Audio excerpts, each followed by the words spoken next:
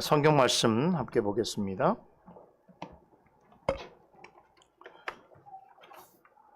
출애굽기 20장 1절로 3절 말씀 같이 보겠습니다.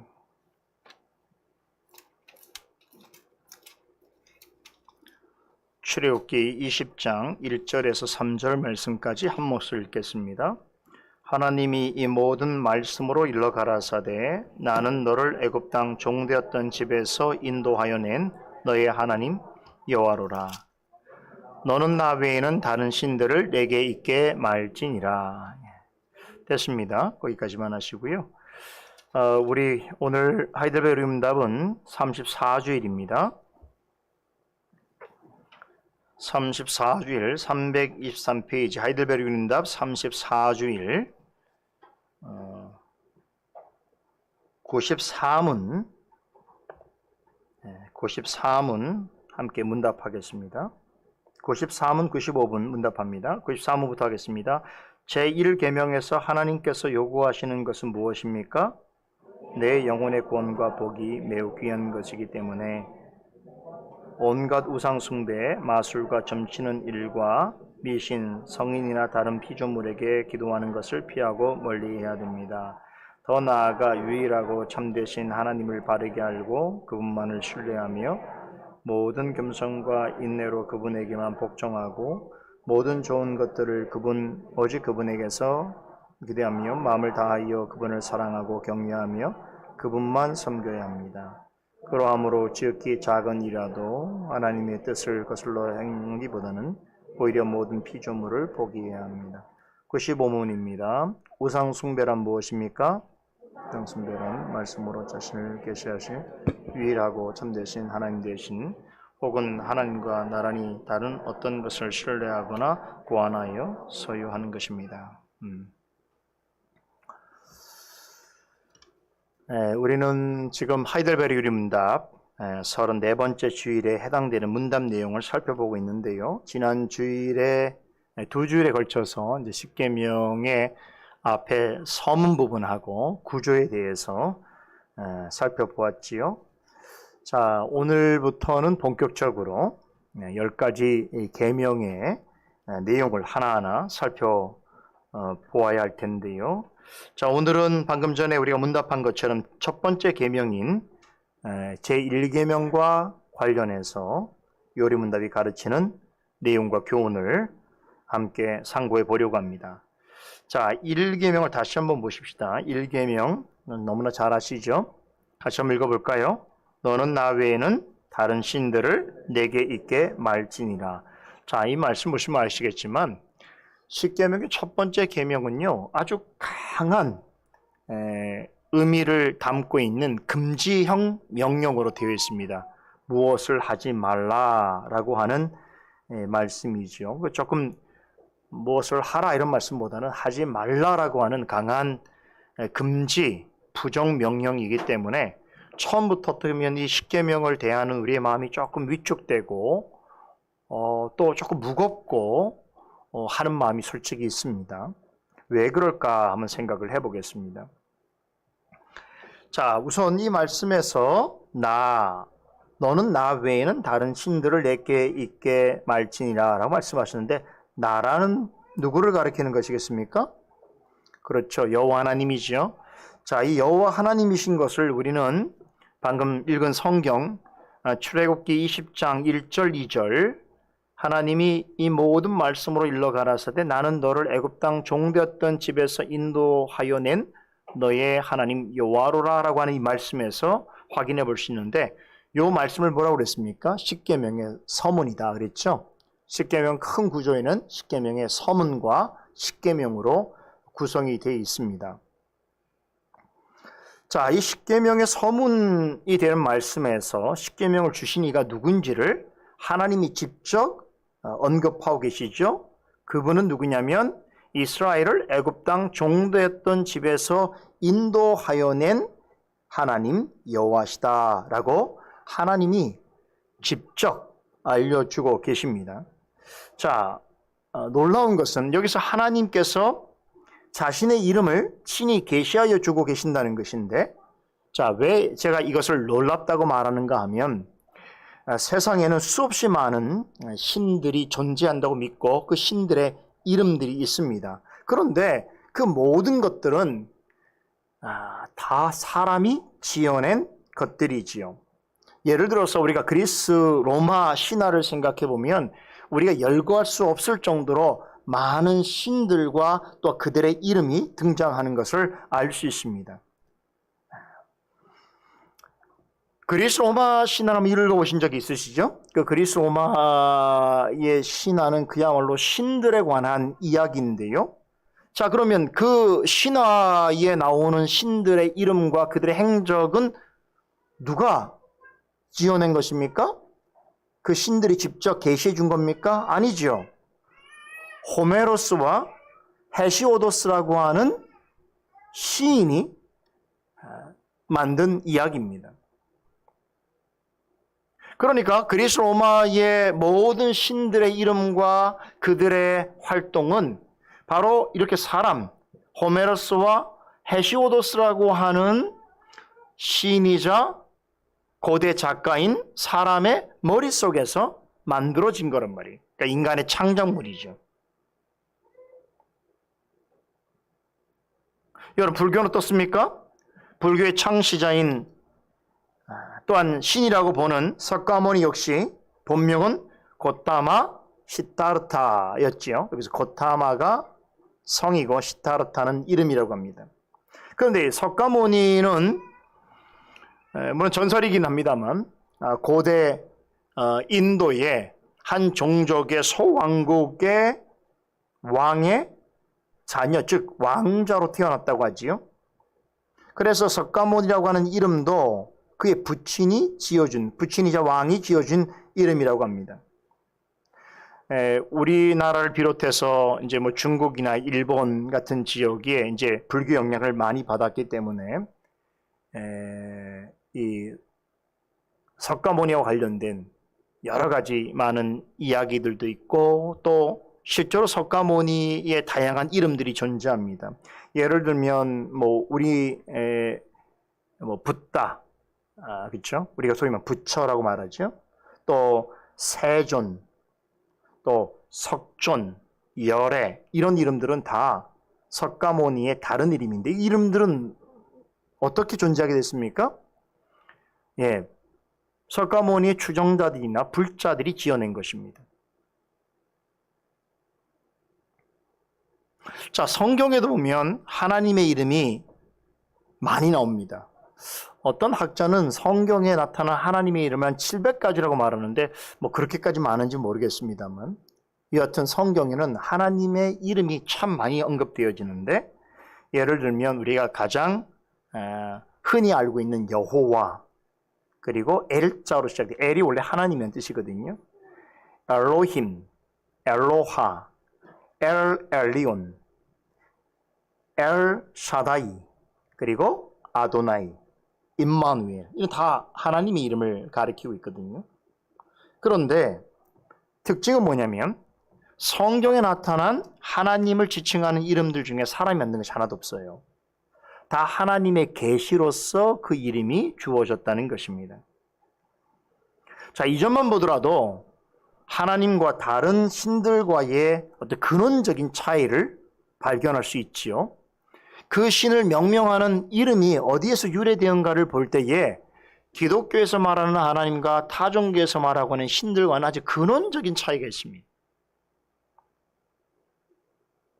말씀드린 대로 이 세상에는 정말로 셀 수 없이 많은 신이라고 불리는 존재들이 있습니다. 그런데 어떤 이름으로 불리든 간에 모두가 사람에 의해서 그렇게 불리게 된 것입니다. 그러나 하나님의 이름은 오직 하나님께서 계시하여 주신 그 바대로 알려진 것인데 말씀드린 대로 성경에서 가장 우리가 자주 보게 되어지는 하나님의 이름이 여호와죠. 또 어떤 우리 한글 성경의 번역에는 야훼라고 이렇게 번역이 되는데 똑같은 이름입니다.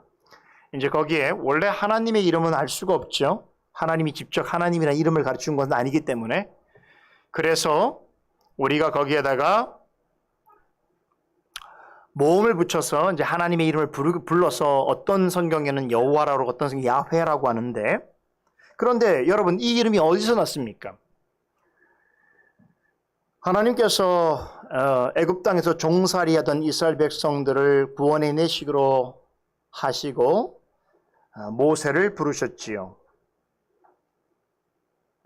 그리고 모세에게 이제 광야에서 양을 치던 80살 노구가 된 모세에게 내가 너를 이스라엘 백성들을 구원하기 위해서 바로 왕에게로 보내겠다라고 말씀하시죠.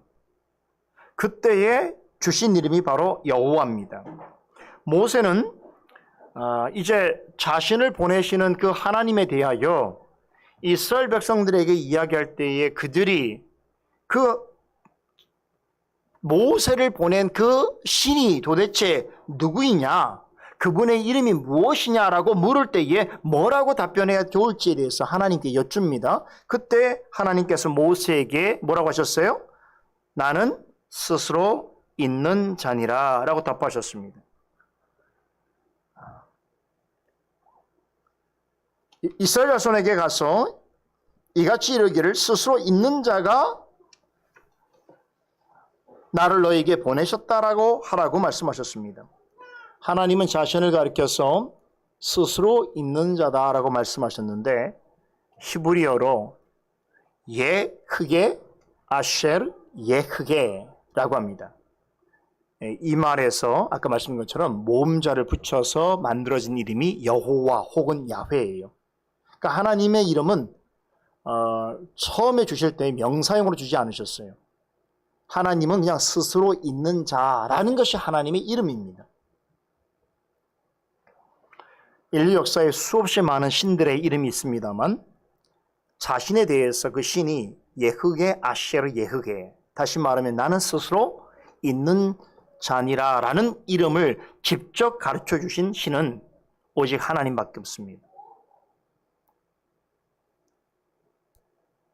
여러분 생각해 보세요. 이 세상에 존재하는 수없이 많은 종교가 있고 그 종교에는 추종하는 수없이 많은 신들이 있는데 그 신들의 모든 이름이 다 사람들에 의해서 만들었다는 것은 근본적으로 그 신들이 많은 사람들에게 공경의 대상이 되어지고 예배의 대상이 되어지긴 하나 실제로는 그 신들은 대단히 사람에게 의존적이라는 것을 역설적으로 말해주고 있는 것이,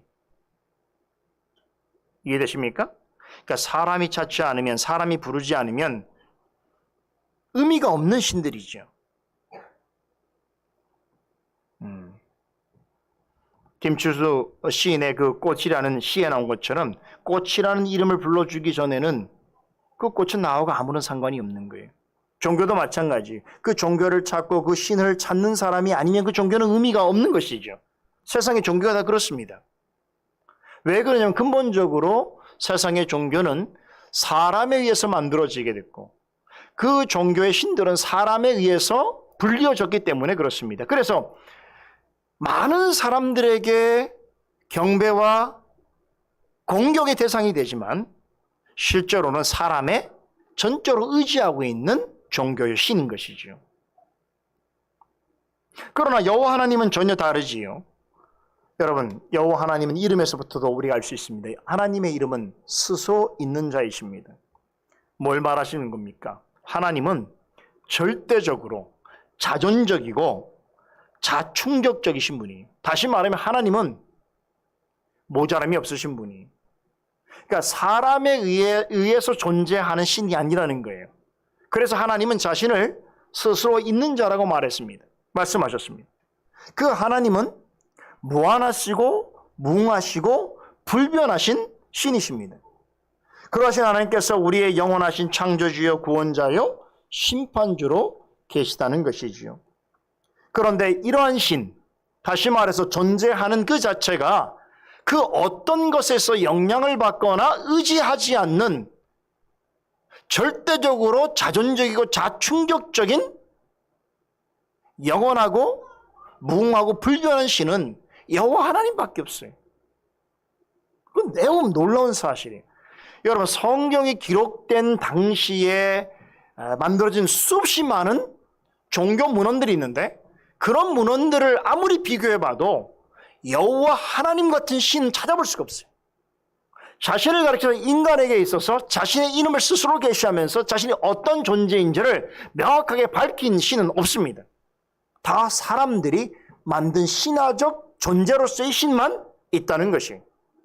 그러니까 그 신에 의하여 형성되어지는 종교의 그 시작, 출발선이 완전히 다르다는 것을 말해주고 있습니다. 그런 하나님이시기 때문에 당당히 뭐라고 선포하시는 거냐면 나 외에는 다른 신들을 내 앞에 두지 말라 이렇게 말씀하시는 거예요. 이렇게 말씀할 수 있는 고난을 가진 분은 오직 여호와 하나님밖에 없는 거예요. 왜 그렇습니까?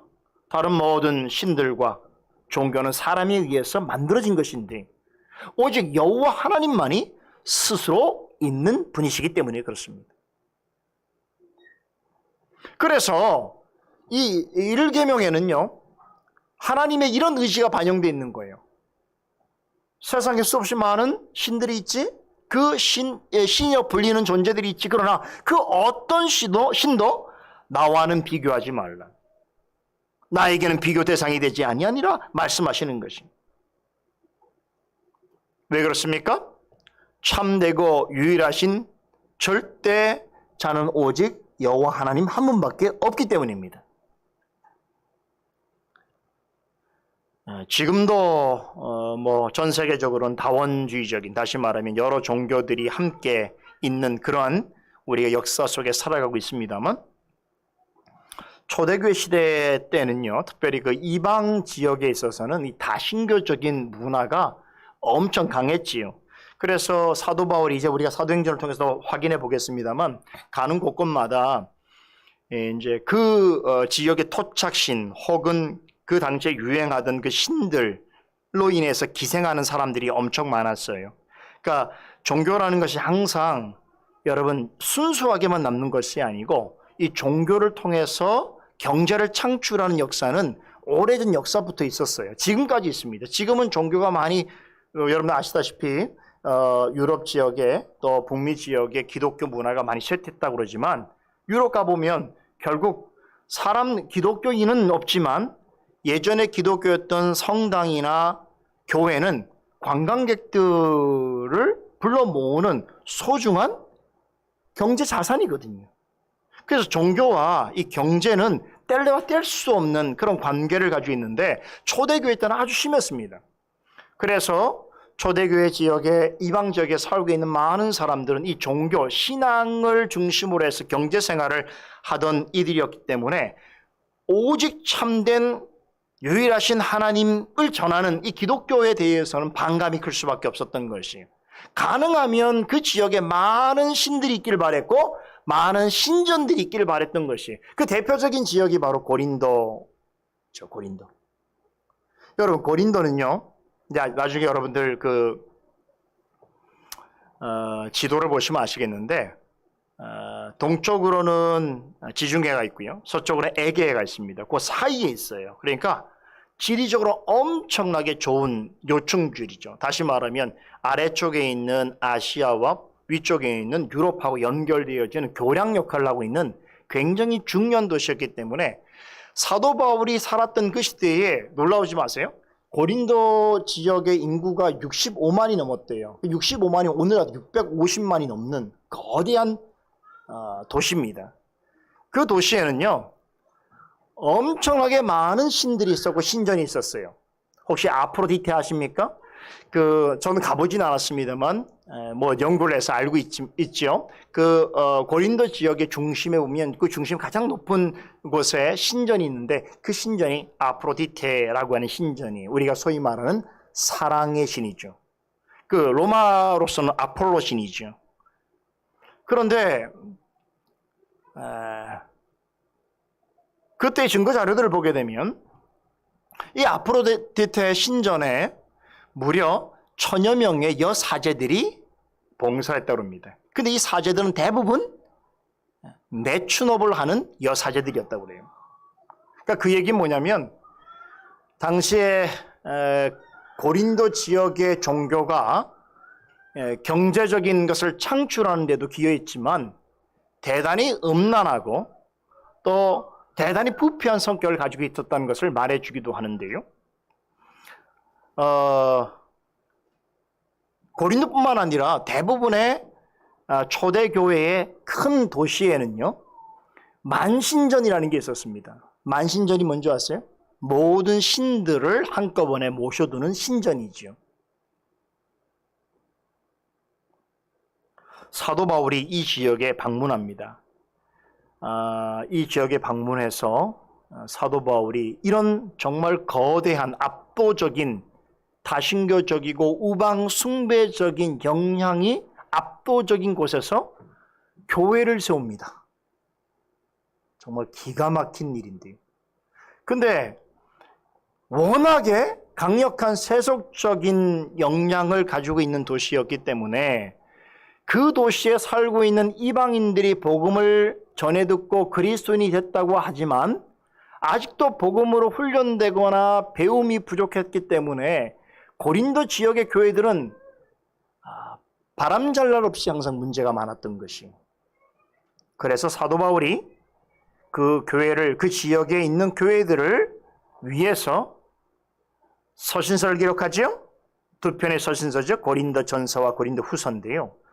특별히 그 지역은 말씀드린 대로 아주 다신교적인 영향이 너무나 강했던 그런 도시였기 때문에 그 속에 살고 있는 신자들은 항상 그런 어떤 다신교적인 어떤 종교 생활과 문화에 영향을 받았습니다. 그때 사도 바울이 고린도전서 8장 5절 6절에 자 이렇게 고백합니다.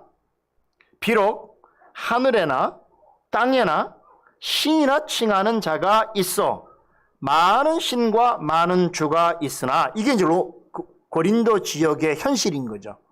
당시 초대교회 이방 지역의 사람들이 종교 생활에 있어서 인식하는 기본적인 이해죠. 다시 말하면 하늘이든 땅이든 어디든 수없이 많은 신들이라고 칭하는 자들이 있고 많은 사람들이 그들을 절대자로 여기고 주님으로 여기고 있다는 얘기죠. 고린도 지역도 마찬가지입니다. 자, 그러나 우리에게는, 우리 그리스도인에게는 한 하나님 곧 아버지가 계시니 만물이 그에게서 났고 우리도 그를 위하여 또한 한 주 예수 그리스도께서 계시니, 놀라운 사실이죠. 예수 그리스도를 뭐라고 말하죠? 주님, 하나님에게 적용됐던 아도나이라고 하는 이름을 그대로 사용해서 하나님 아버지도 계시고 우리 주 예수 그리스도로 계신데,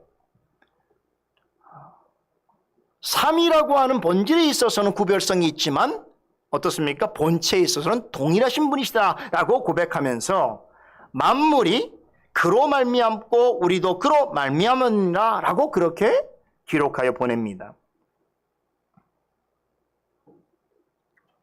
여러분, 이 사도 바울이 전하는 이 말의 의도를 잘 이해해야 되는데요. 사도가 지금 인정하는 건 뭡니까? 세상에 정말로 많은 신들이 있고 그런 신적 존재들이 있다는 것을, 여러분, 그런 신들이 사실이라는 걸 말하는 게 아니고 사람들이 부르는, 사람들이 신이라고 주라고 칭하는 존재들이 이 세상에는 셀 수 없이 많다는 것을 인정하는 것이. 그런데 진짜 말하고 싶은 건 뭡니까? 그러나 참되고 유일하신 절대자는 하나님 한 분밖에 없다는 거죠. 이 사실을 우리가 그 앞 구조를 통해서 확인해 볼 수 있는데 8장 4절에 보면 사도는 사람들이 하나님이 아닌 다른 신적 존재를 신이라고 하고 주를 부르는 것을 두고서 뭐로 표현하냐면 그걸 우상이라고 말합니다. 우상. 그런데 세상에는 정말로 셀 수 없이 많은 우상이 있지만 사도 바울은 그 우상은 아무것도 아니니라 라고 답합니다. 굉장히 흥미로운 얘기예요. 많은 사람들이 많은 종교 안에서 많은 신들을 찾고 그들을 절대자로 부르고 주님이라고 부르지만 사도 바울은 그것들을 우상이라고 말하면서 우상은 아무것도 아니니라. 영어로 nothing이에요. nothing. 그러니까 사람들이 신이라고 부르고 주라고 부르지만 실제로는 존재하지 않는 존재라는 얘기예요. 사도 바울은 그렇게 해석합니다.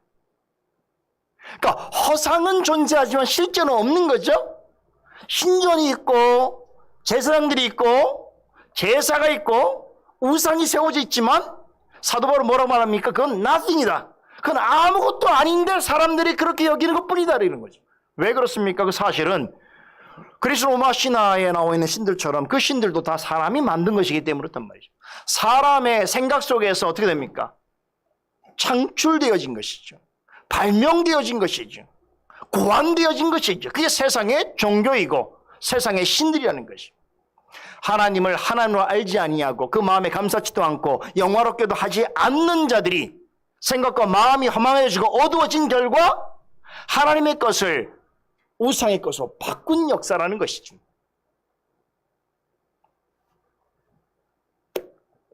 그래서 제가 오늘 오전에도 강설 시간에 말씀드렸죠. 하나님의 일반 은총이라는 것이 있어서 사람들은 그 일반 은총의 은혜를 받는다는 게 결국 하나님의 형상을 유지하고 있다는 뜻이에요. 만약에 하나님이 타락한 인생을 하나님의 형상과 상관없는 존재라고 여기신다면 그건 뭐가 되냐면 동물이나 식물 같은 그런 존재가 되는 거죠. 여전히 부패했지만 하나님은 사람을 하나님의 형상이라고 부르십니다. 그런데 그 하나님의 형상이라고 부를 때는 하나님께서 그 마음 가운데 하나님을 알만한 것을 심어두셔서 그것을 따라서 하나님의 신성과 능력이 무엇인지를 어느 정도는 알게 하셨다는 거죠. 다시 말하면 완전히 신과 완전히 종교와 완벽하게 동떨어져 분리된 삶을 살 수 없도록 하나님께서 하신 것이.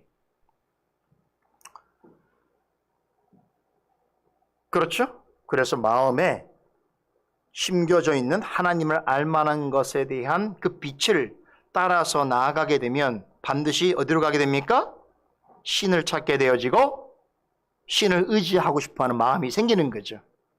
그래서 제가 오늘 고넬료를 얘기하면서 고넬료가 다른 이방인들하고 달랐던 것은 뭐냐면 다른 이방인들은 그래서 자신의 마음의 마음속에 있는 빛을 따라서 하나님을 알만한 것을 찾다가 간 곳이 어디입니까? 다른 신을 섬기고 다른 종교를 만들고 심지어는 거기에 대해서 반대하는 마음으로 하나님이 없다 하는 무신론적인 사상에 빠져서 자기 자신을 신으로 여기며 살아가는 사람들이 있는데 놀랍게도 고넬료는 그런 사람이 아니었다는 것이.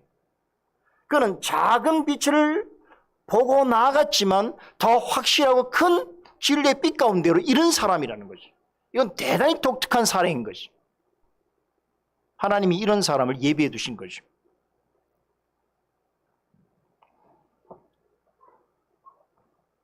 여러분, 그리스 로마 신화를 이야기하니까 우리가 생각해 봐야 될 신이 있는데 바로 제우스죠. 제우스는 그리스 로마 신화에 있어서 최고의 신이죠. 신들 위에 있는 가장 높은 위치에 있는 신입니다.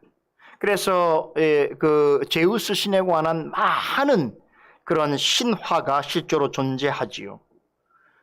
그러나 절대적으로 한 가지 분명한 사실은 뭡니까? 제우스는 실존하는 신이 아니죠. 호메로스와 헤시도스라는 사람의 머릿속에서 고안되고 창작해낸 가상의 신이죠.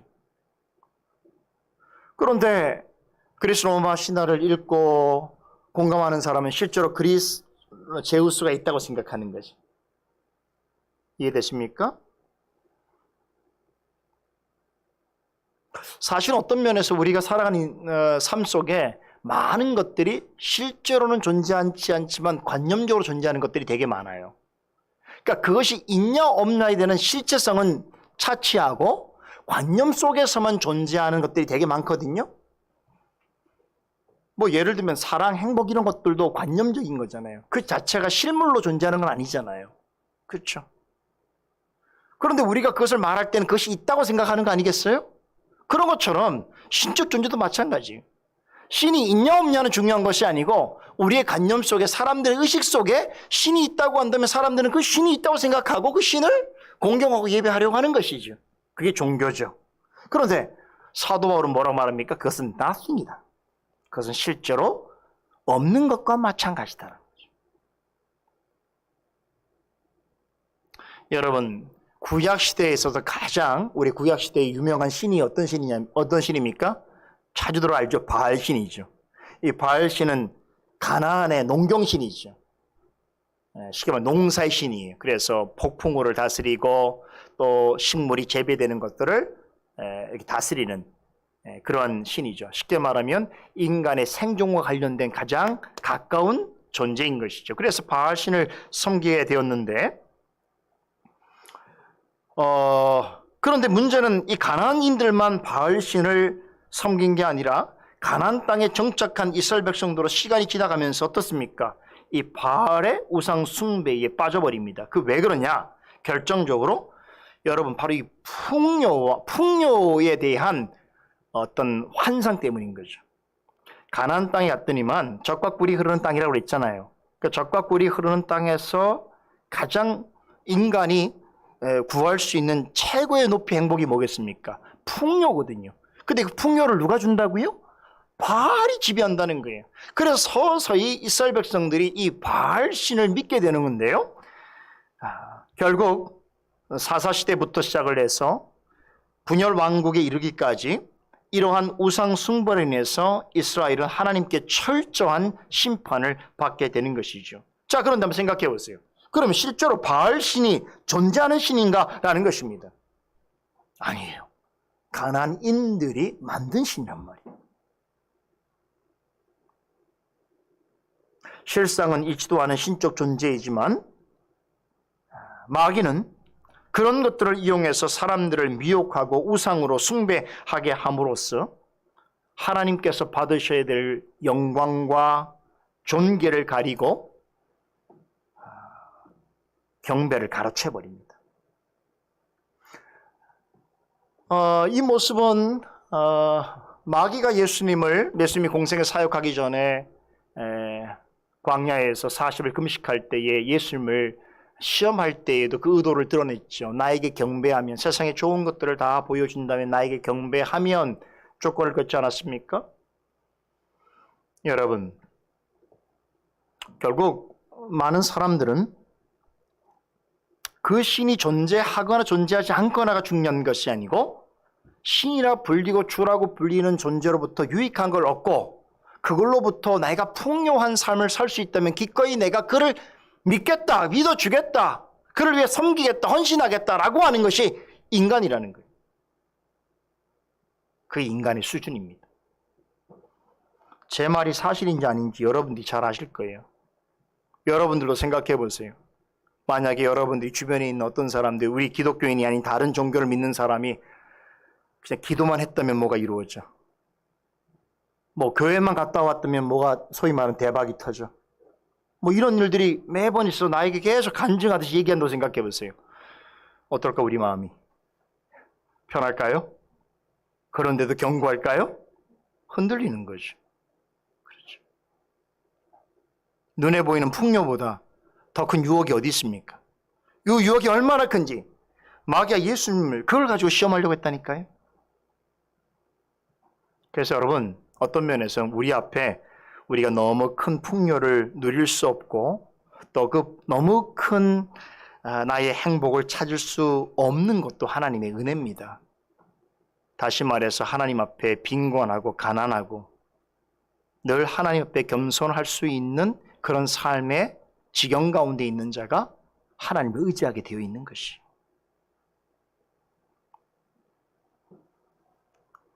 그렇게 존재하지도 않는 신을 앞세워서 거짓 신앙을 갖게 하고 거짓된 지식과 확신으로 죽음의 길로 인도한다는 것이죠.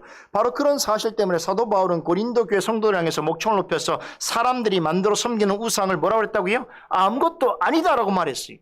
그러면서 오직 하나님 한 분만이 참된 신이다라고 강조했습니다. 너는 나 외에는 다른 신들을 내게 있게 말지니라 라고 하는 이 첫째 계명은 이 사도 바울의 가르침과 일맥상통하는 교훈을 전해주고 있습니다. 세상에 아무리 많은 신적 존재들이 있다고 하더라도 그 모든 것들은 하나님, 사람들이 만들어낸 사실 가짜입니다. 가짜. 설령 그렇다고 해서 모든 신이 어떤 신적 존재가 없다는 건 아니. 성경엔 분명히 그런 영적인 존재가 사람보다 월등하게 뛰어난 영적 존재가 있는 것을 말씀하는 걸로 봤을 때에 사람들이 찾는 또 다른 신적 존재가 있다 할지라도 그럼에도 우리의 창조주요 구속주요 심판주가 되시는 참 하나님은 오직 한 분 여호와 하나님뿐이라는 것입니다. 첫째 계명에서 다른 신들을 내게 있게 말지나 라고 하는 이 말씀도 중요하지만 여기서 나 외에는 이라고 하는 표현을 우리가 주목해 볼 필요가 있습니다. 우리 번역으로는 나 외에는 다른 신들을 내게 있게 말지니라 이렇게 표현하는데 엄밀하게 말하면 히브리적인 의미에서는 나 외에는 아니고 내 앞에는입니다. 내 앞에는, 하나님 앞에는. 하나님께서는 당신 앞에서는 어떤 신이라도 두지 말라고 명하십니다. 말씀드렸죠? 다른 사람들이 신이라고 부르는 그런 존재일지라도 결단코 하나님과는 견줄 수 없는 존재이거니와 실제로 하나님 앞에서 그 무엇도 감출 수가 없기 때문인데요. 우리 오늘 오전에 강설 말씀에서 우리 고넬료를 다시 한번 기억해 보십시다. 고넬료가 하나님께서 보여준 환상을 보고 이제 그 뜻을 알지 못하여서 천사의 제시대로 요바에 거하고 있는 베드로를 요청하게 됐을 때에 베드로를 오늘 아침 만났잖아요. 반갑죠? 근데 베드로를 만났는데 베드로에게 자신이 경험한 환상에 대해서 설명하면서 제가 주목해야 될 부분이 있다고 그랬죠? 그걸 다 설명하고 나서 그럼에도 불구하고 여기까지 와주신 베드로의 사도에게 대해서 감사의 표시를 한 다음에 오셨으니 참 잘하셨습니다 라고 인사한 다음에 뭐라고 말했죠? 지금 우리는 모든 말씀을 들으려고 다 같이 하나님 앞에 모여 있나이다 말했거든요. 여기서 하나님 앞에라고 하는 말 코람데오죠. 코람데오. 여러분 제1계명은 코람데오를 말하고 있는 거예요. 하나님 앞에서요. 하나님 앞에서는 어떤 신들도 두어서는 안 된다라고 하는 것이죠. 이것이 우리 다음 주에도 배울 텐데요. 그러면 이 하나님 앞에서 두는 신들은 뭘 얘기하느냐? 그 우상은 뭐냐? 조금 더 살펴보도록 하겠습니다. 아무튼 하나님을 모르는 사람이 어차피 하나님의 존재에 대해서 관심도 없고 십계명도 잘 모르고 설령 안다고 하더라도 중요한 것이 아니기 때문에 다른 신을 섬기는 것에 대하여서 아무런 개의함이 없지요. 그래서 우리 믿음이 전혀 없는 우리의 주변에 있는 가족이나 친구들이 항상 우리한테 뭘 말합니까? 네가 어떤 신을 섬기든지 내가 무슨 상관이야? 그렇죠?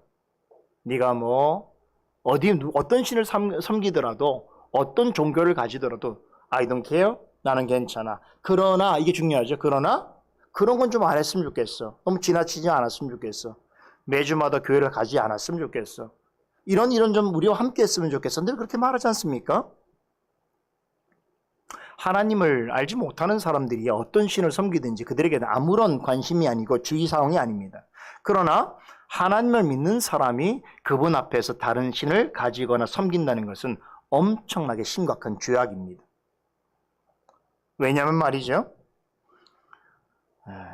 성경에서는 이런 경우를 가리켜서 즉 하나님을 믿는 사람이 하나님 앞에서 다른 신을 가지거나 섬긴다는 것을 뭐라고 표현합니까? 영적인 간음행위로 보고 있습니다. 하나님과 하나님의 백성은 영원한 언약으로 맺어진 관계지요. 그런데 하나님과 언약적 관계에 있는 사람이 하나님 대신 다른 신을 찾고 다른 신을 섬기려고 한다는 것은 하나님 그분 앞에서 영적으로 간음하는 것이나 다를 바가 없다고 말씀하고 있다는 거예요. 이 심각성을 이렇게 표현한 거예요. 여러분, 이 영적 간음이라는 게 얼마나 심각한 죄냐면요.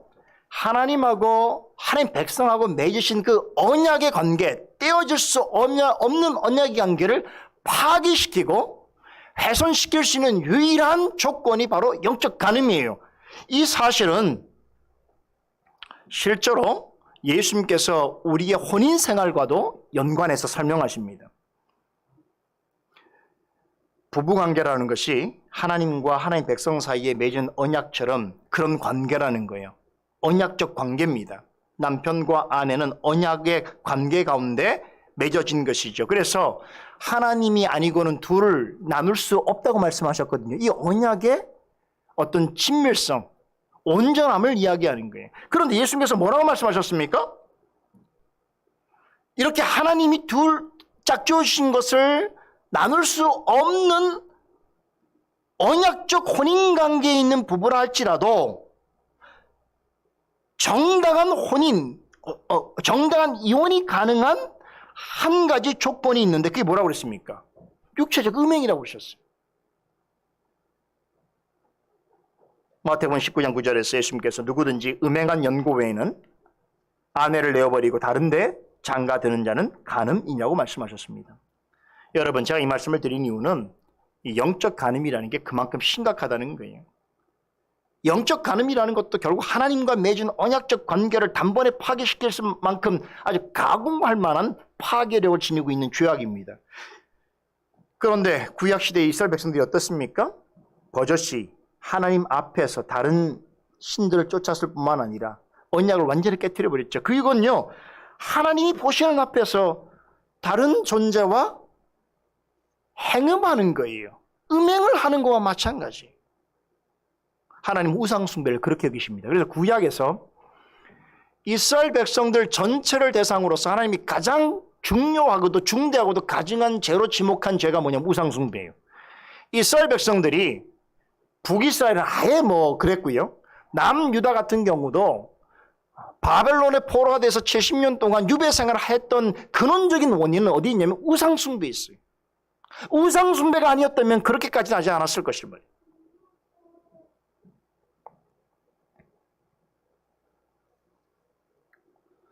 이스라엘 백성들을 애굽 땅에서 그들이 종되었을 때에 그들을 인도해 내신 하나님은 어떤 분이십니까?